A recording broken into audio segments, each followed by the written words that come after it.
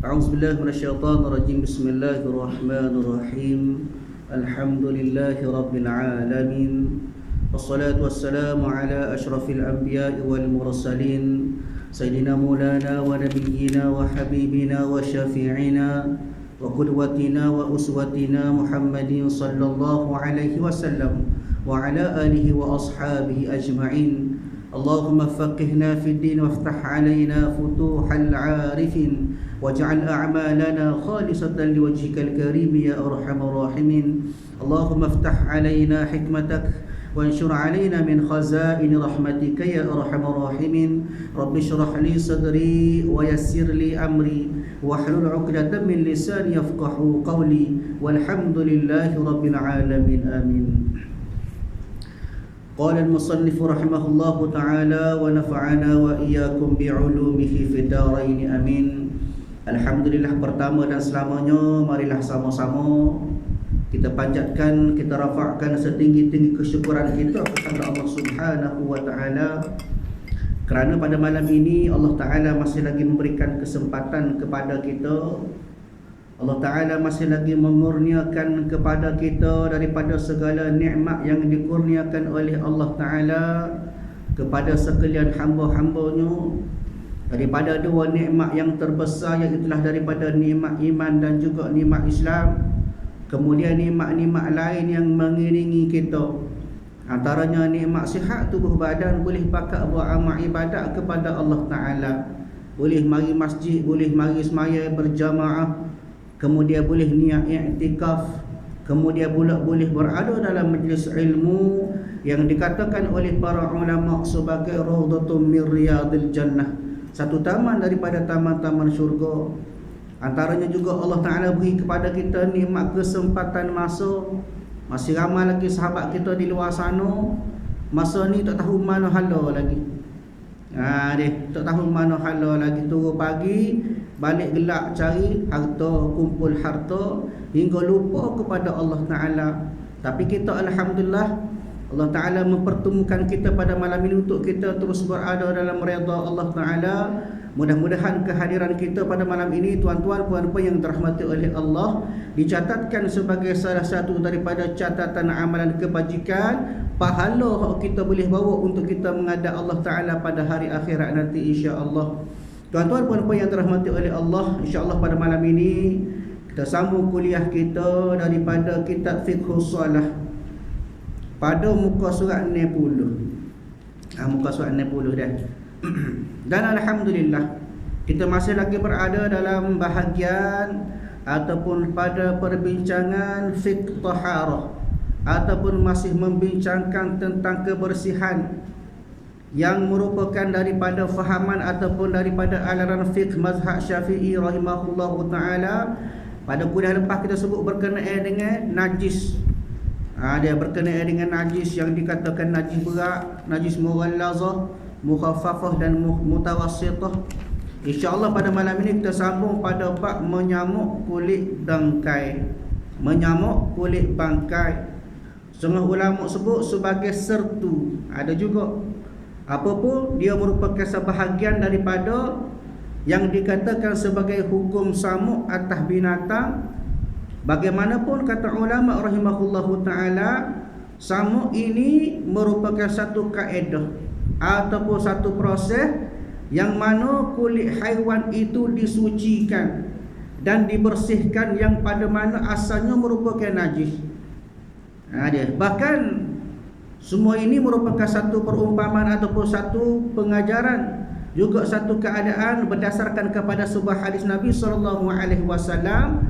Bagaimanakah yang diriwayatkan oleh Ibnu Abbas radhiyallahu anhu, satu ketika Nabi SAW pernah bersabda, "Idza dzubihal ihaba faqad tahara." Yang bermaksud idza dzubihal ihaba faqad tahara, maksudnya jika disamuk kulit maka dia jadi bersih. Dia bukan setakat bersih zahir, bahkan dia tidak jadi haram dah.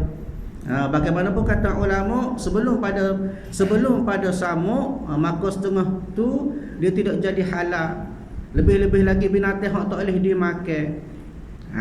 Begitu juga hadis lain Ibnu Abbas juga sebut, anna Rasulullah sallallahu alaihi wasallam marra bi syatin matruhatin a'tituha maulahu la maimunah min as-sadaqah faqala an-nabi sallallahu alaihi wasallam ala akhadhu ihabaha fadaba'uhu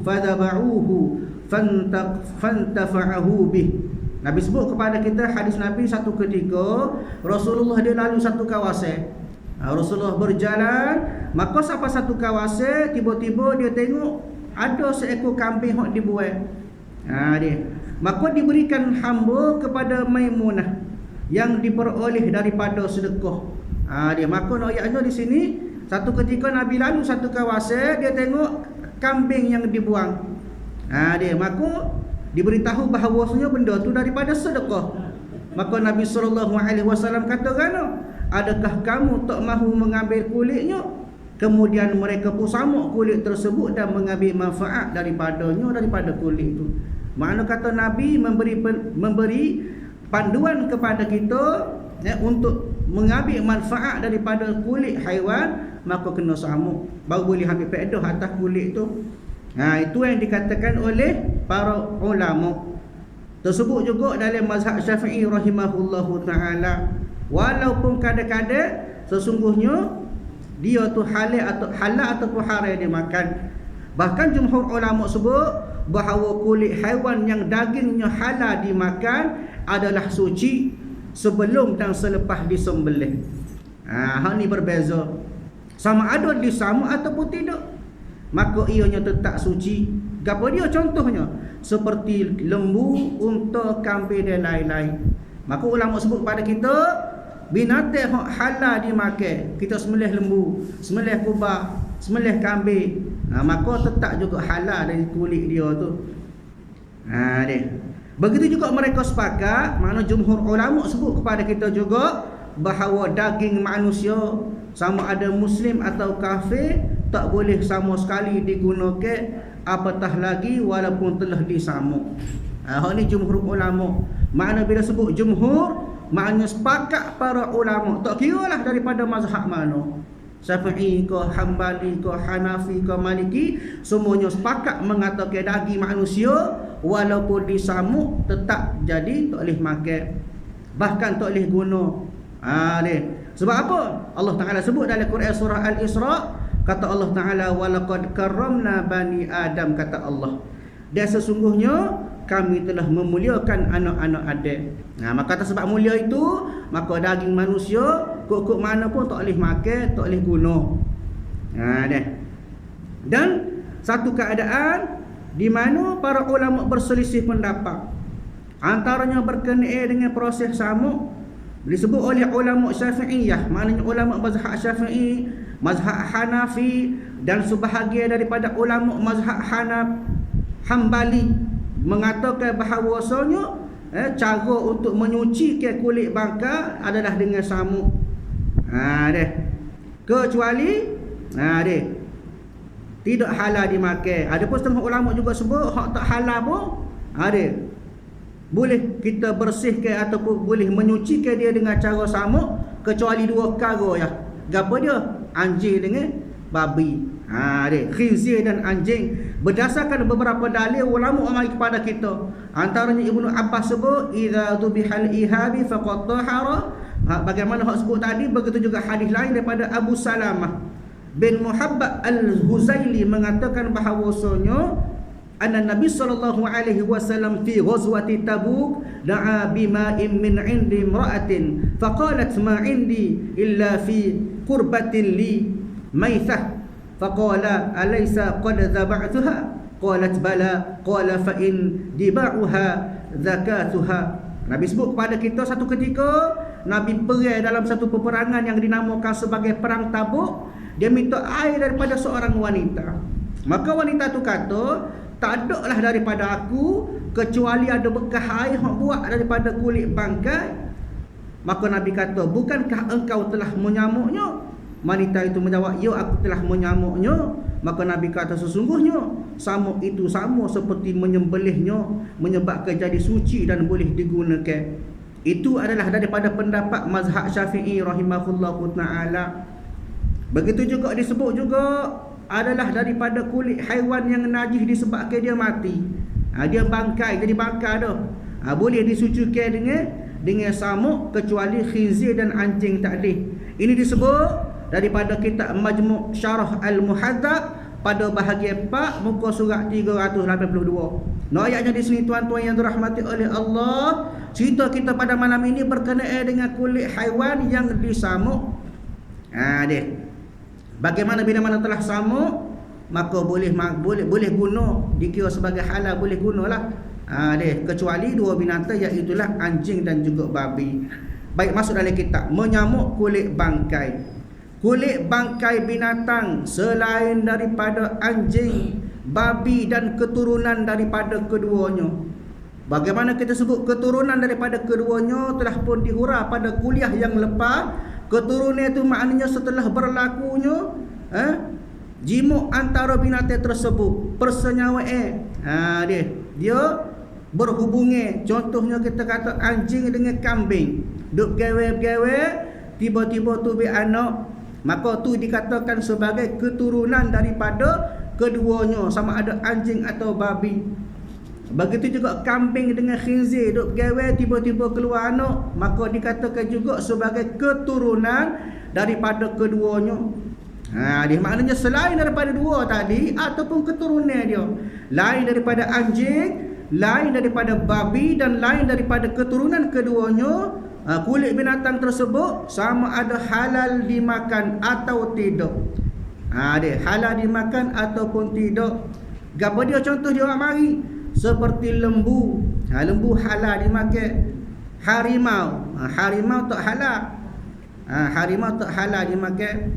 Biawak pun tak halal. Dan lain-lain adalah suci selepas disamuk. Selepas disamuk, maka kulit tadi jadi suci. Maka nak suruh suci tak ada cara lain kecuali dengan samuk, untuk diguna pakai sahaja, tetapi tidak untuk dimakan. Kena faham.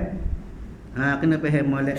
Maknanya walaupun sudah jadi halal, tetapi hanya untuk digunakan semata-mata, tak boleh buat makan. Dia kulit tu, kadang-kadang kulit tu diguna buat perhiasan, kata dinding ke, buat kapek ke. Tak kira lah. Tapi syarat kena samuk baru jadi halal. Kalau tidak, hukum dia jadi tidak halal. Lagu mana? Maknanya tak boleh guna buat semayang lah.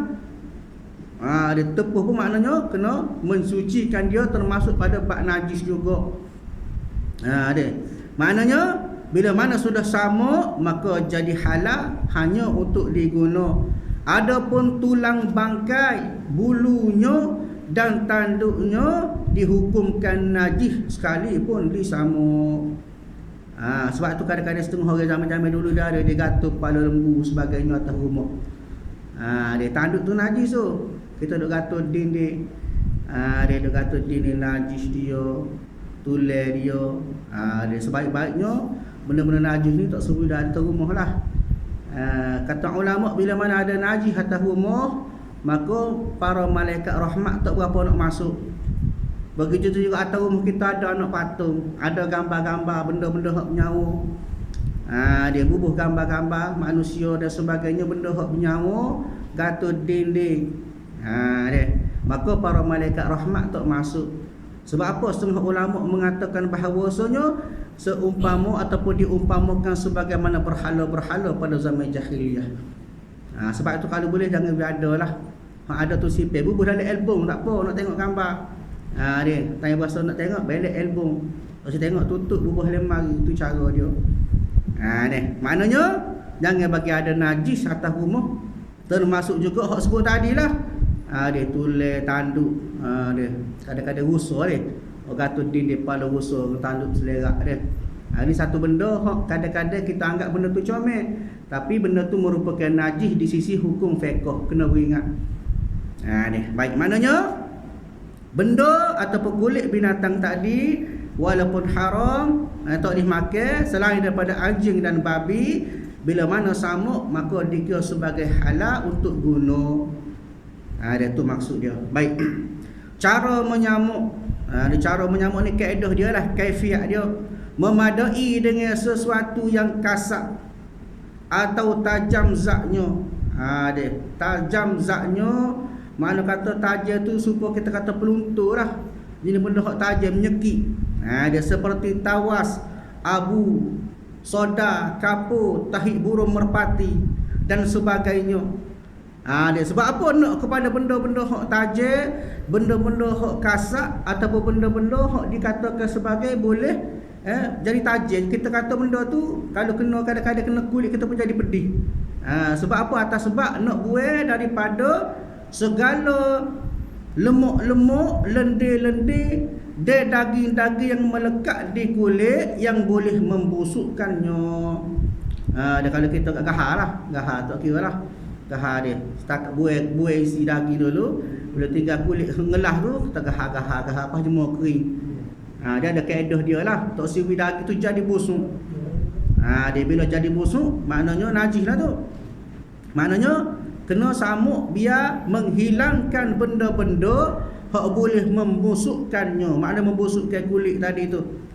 Adapun binatang, kulit binatang yang halal dimakan. Adapun kalau kulit binatang halal dimakan dagingnya, gapo dia? Lembu ke, dia kambing ke. Hak ni hak biasa hak halal dimakan daging apabila disembelih, maka kulitnya tidak dikira najis dan tak payah disamuk. Dia spesies. Sebab apa? Sebab hukum dia sudah jadi halal qat'i, halal hak jelas. Maka tak kena samuk dah lah, pasal dia tu dikira sudah bersih. Sebab tu ada kadang-kadang kita makan dia kulit biri ke, kita layar api kat luar kat apa dia, kat luar ke apa kita boleh makan kulit dia. Sebab apa? Sebab dia kira binatang ini merupakan haiwan yang halal bila mana disembelih. Adapun kalau rimau tak boleh buat gitu. Nama ke pitah rimau dia layu api makan kulit tak boleh.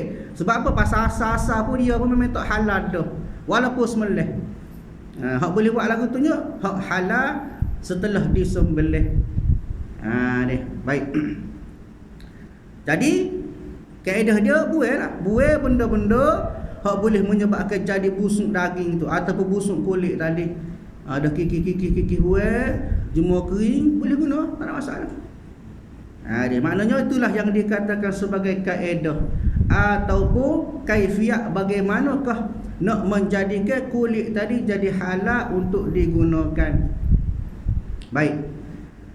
Dan sebut di sini antaranya juga disebut daripada mazhab Abu Hanifah. Kalau tadi hamba cerita bab mazhab Imam Syafi'i. Ini sebagai ilmu kita kata disebut di sini daripada mazhab Imam Hanafi menyebut bahawasanya kulit anjing menjadi suci dengan proses samuk. Berbeza dengan kita. Kita mazhab Syafi'i, anjing, babi dan keturunan dia walaupun kita samuk tak bersih, pasal dia tu haram. Dia. Tetapi dalam mazhab Imam Abu Hanifah ataupun mazhab Hanafi mengatakan suci juga bila samuk. Sebab apa? Kerana pada mazhab mereka itu anjing tidak dianggap sebagai najis ain. Apa maksud najis ain? Maknanya pada dasar anjing tersebut tak dinamakan sebagai najis. Jadi najisnya najis dia ke, air liur dia ke. Dia ada pun najis tepung, najis goge-goge, dukung anjing, pego anjing, dia ribu anjing. Pada dia mazhab Hanafi tak jadi najis ain. Maka sebab itu pada mazhab dia bila mana samuk pun dia jadi halal juga, tidak jadi najis, makna boleh guna juga. Itu mazhab Hanafi. Ini disebut daripada kitab Raddul Mukhtar ala Durul Mukhtar Syarah Tanwir Al-Absar pada bab 1 muka surat 204. Maknanya berbeza. Ini sebagai ilmu je lah, jangan duk amal, pasal kita pergi pada mazhab Syafi'i lah. Dia. Baik, begitu juga pada mazhab Maliki. Ini cerita pada mazhab-mazhab lain lah. Ada mazhab Maliki memberi pandangan bahawa kulit bangkal haiwan tidak jadi suci walaupun dengan proses samuk. Ni beza pula mazhab dia. Samuk pun tak suci juga. Di kita suci selagi mana benda tu tidak haram. Tidak anjing, tidak babi, tidak keturunan mereka itu. Adapun mazhab Maliki, Imam Malik rahimahullah mengatakan walaupun samuk tak jadi suci. Sebab apa? Antaranya hadis Nabi SAW, dia pergi kepada hadis Nabi ini. Nabi kata antaranya daripada Abdullah bin Ukaim, katanya anna Rasulullah SAW kataba ila jahinah qabla mautihi bi syahrin ala tantafi'u minal maitati bi ihabin wala azbin. Maksud hadis ni, sesungguhnya Rasulullah SAW satu ketika menghantar surat kepada kabilah Juhainah sebulan sebelum Nabi mati, sebelum Nabi meninggal dunia, wafat. Maka Nabi kata kan, jangan kalian mengambil manfaat daripada bangkai sama ada kulit atau tulangnya. Mazhab dia ada dalil dia. Adapun mazhab kita Syafi'i berpegang kepada bahawasanya kulit binatang halal untuk digunakan bila mana sudah melalui proses samuk. Dia berbeza mazhab, berbeza pendapat lah. Tapi kita pergi pada mazhab Syafi'i, selagi mana lain daripada anjing, babi dan keturunan dia, maka bila samuk halal kita guna. Tapi bukan untuk makan lah. Adapun binatang yang halal disembelih, maka boleh makan dan halal kita guna. Itu adalah merupakan huraian ataupun penerangan tentang pada bab samuk kulit bangkai. Jadi kalau salah ke kita nak guna juga, dia punya gorben ni kau dia. Dia setengah kata boleh kita nak guna, tak ada masalah. Setengah orang nak makan dan sebagainya boleh. Layar api boleh makan pasal benda tu halal qat'i, halal je lah. Sebelum sembelih binatang tu halal dah. Lepas pada sembelih pun halal juga, boleh guna. Cuma kata Nabi SAW antaranya hadis yang menjadi isu adalah bila mana kita jual kulit tu. Hak ni sentiasa jadi isu. Sebab apa? Berdasarkan hadis Nabi SAW, Nabi kata man ba'a jildata udhiyati fala udhiyatalah. Nabi kata bagi siapa hak jual kulit gorbe, maka tidak ada gorbe bagi dia. Ini hadis Nabi. Maka setengah ulama Syafi'i yang orang kata sebagai ulama Syafi'i yang cuma ihtiyat menyatakan tak boleh jual. Walaupun kita jual nak pitih tu nak masuk dalam tabung, kita jual pitih tu nak beri sedekah kat orang, nak beri sedekah anak yatim, pitih masuk tabung haji, maka ulama Syafi'i ihtiyat dulu lagi tak jual. Kalau nak ambil lah sedekah, tak ada masalah. Kalau nak jual, maka dibimbangi takut-takut termasuk pada orang-orang yang menjual sebahagian daripada bahagian kurban. Dia kena beringat. Baik.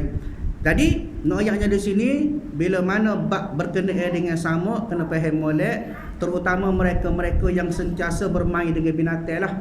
Ada pegang lembu, ada menekor lembu sebagainya, maka kena beringat nak guna boleh, tak ada masalah samuk.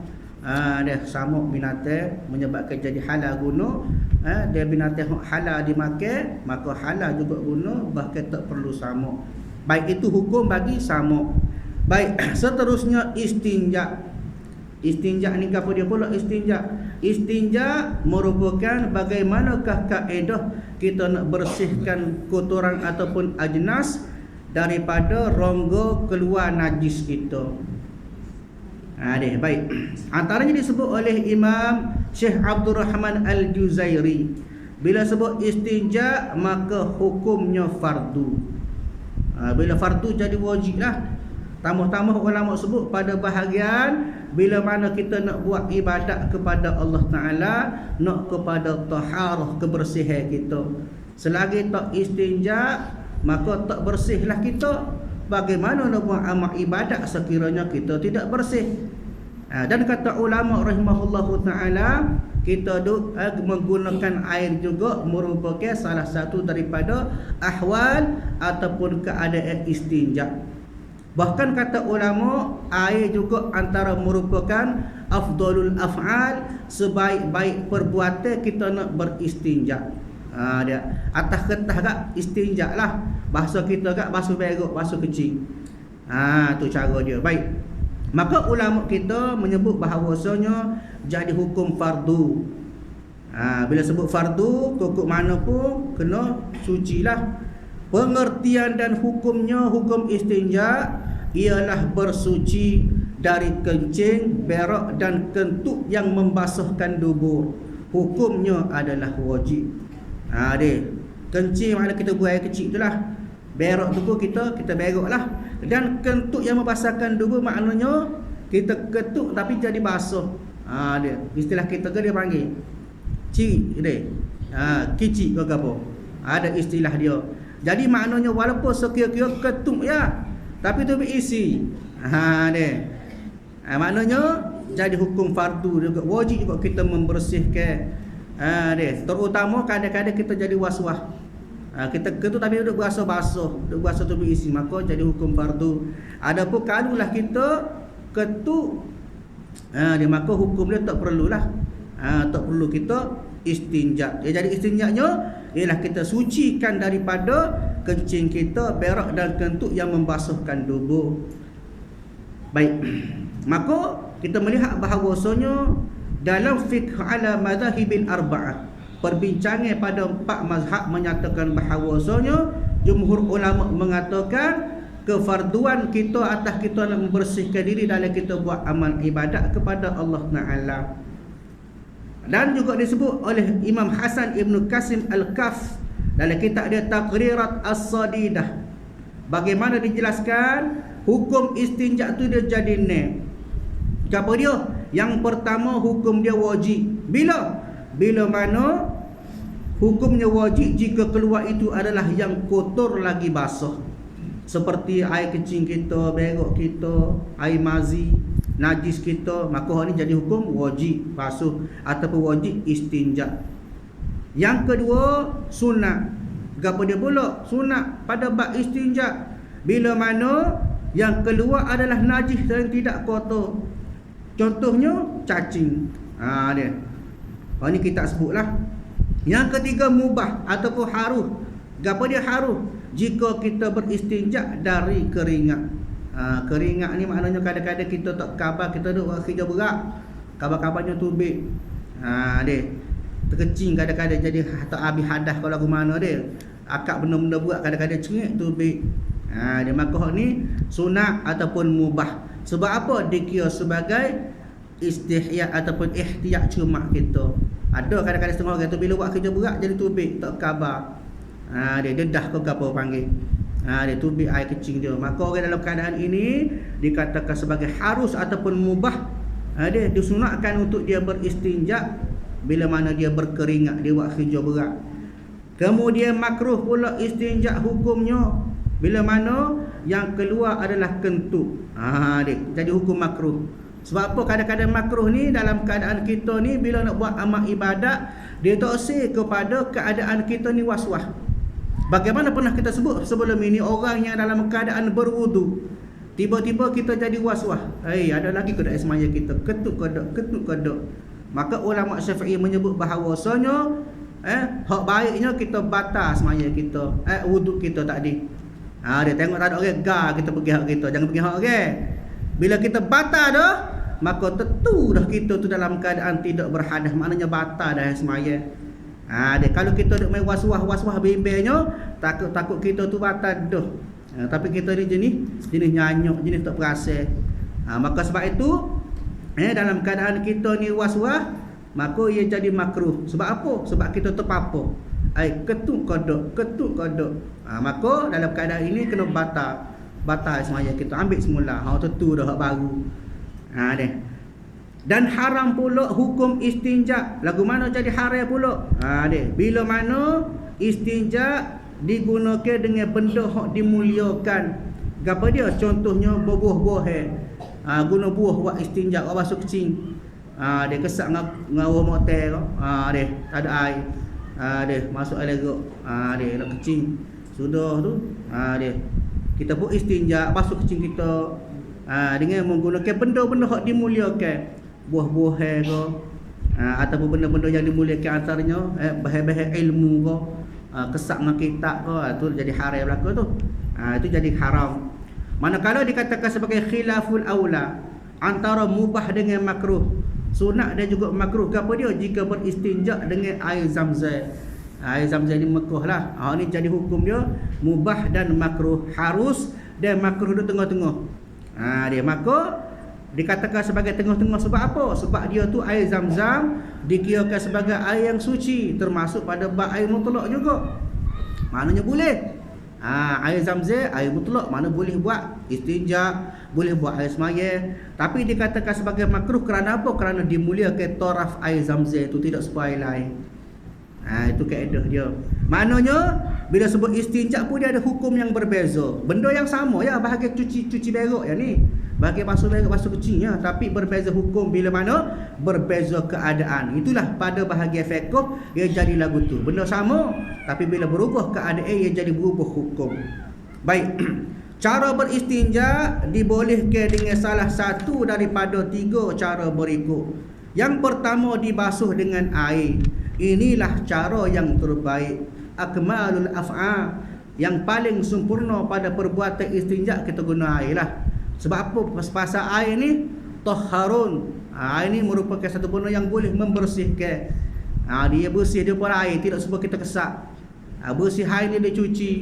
Tambah-tambah lah ni macam-macam sepu, macam-macam sabun ada lah ni. Maknanya boleh guna sebagai satu cara yang terbaik, iaitulah kita guna air untuk kita beristinja. Sebelum ni kita tu lah, sudah masuk tandas, boleh basuh, kita cuci dengan air. Yang kedua, dikesak, iaitulah disapu dengan batu atau barang yang pada maknanya. Maknanya sama ada batu atau barang yang pada maknanya seperti kayu, benda-benda kesak dan seumpamanya. Cara ini adalah cara yang kurang baik. Tapi sudah memadai dah. Kalau tak ada air boleh guna juga, tak ada masalah. Guna kayu, guna daun, guna benda-benda kerah sebagainya, benda-benda hak kesak. Mana tidak benda licin. Mana bila sebut kesak, sebab apa nak kepada benda kesak? Benda kesak ni dia lebih menyucikan daripada benda hak licin. Dia kesak dengan benda-benda hak yang kesak. Tapi janganlah sampai menelah, dia cari dia benda hak tajam berduri, jangan. Mana nak hanya kepada kesak, sifat kesak dia tu supaya lebih membersihkan berbanding benda hak licin. Yang ketiga, dikesak dengan batu atau barang yang pada maknanya, kemudian dibasuhkan pula dengan air. Inilah cara yang paling terbaik sekali. Ini afdal. Afdal maknanya sebaik-baik perkara lah. Air tadi bagus dah, air tadi. Dia cucur jiru air tu bagus dah. Tapi hak lebih baiknya kita kesak dulu dengan batu atau barang yang pada maknanya. Sesar soleh buai daripada air najis tadi, hak toko tadi. Buai daripada hak melekat tadi. Selesai dah kita buai, kita kesak dah, maka cucur dengan air, bilah dengan air pula. Kenapa? Dia lebih sempurna dan lebih baik. Ada pun kadang-kadang kalau kita cucur air saja ni, nak kepada kita sental, kita kena gonyok. Pasal apa? Pasal dia bertokor kadang-kadang. Maka sebab itulah nak kepada tadi disebut tadi, batu atau barang yang pada maknanya. Itu lebih baik, waktu boleh lebih menyebabkan dia jadi bersih lah. Dia. Maka syarat istinja itu dengan air. Yang pertama, air itu hendaklah air mutlak. Air bersih, air mutlak. Masuk dalam bab 7 tadilah. Air sungai, air laut, air hujan, air mata air, dia air embung, air telaga, air salji. Air itu disebut sebagai air mutlak, maka boleh guna. Adapun kalau air itu lain daripada air mutlak, maka hukumnya tak boleh lah. Hak bolehnya, syarat dia kena air mutlak. Dan yang kedua, najis syari istinja itu mestilah hilang bau dan warna. Hilang bau, hilang warna. Adapun kalau bab sebelum ini pada bab membicarakan tentang pada bab air suci ataupun menyucikan najis tadi, rasa lagi rasa, warna, bau dan rasa. Hilang 3 ni maka dikira bersih. Dalam bab istinja dia tak masuk rasa. Sebab apa? Sebab istinja dia tak bagi tak boleh terang. Istinja bagi tak boleh terang, tak boleh tak lidah. Maka hilang bau, hilang rasa, maka sempurna dah proses dia beristinja tu. Baik, jadi rasa sangat itulah kuliah kita pada malam ini. Memberi satu pemahaman kepada kita. Yang pertama tadi tentang samuk, kita nak samuk kulit binatang. Yang kedua tentang pengertian dan juga cara-cara kita nak beristinja, bagaimana kita nak membersihkan kotoran lepas pada selesai kita qada hajat. Kemudian untuk kuliah seterusnya kita akan sama pada bab syarat istinja dengan batu atau barang yang pada maknanya dengan istijma. Istijma ni satu istilah lah, sama setengah ulama sebut lebih kurang lah. Maksud dia dengan istinja juga. Maknanya akan dihurai secara lebih mendalam pada kuliah akan datang insya-Allah. Auzubillah.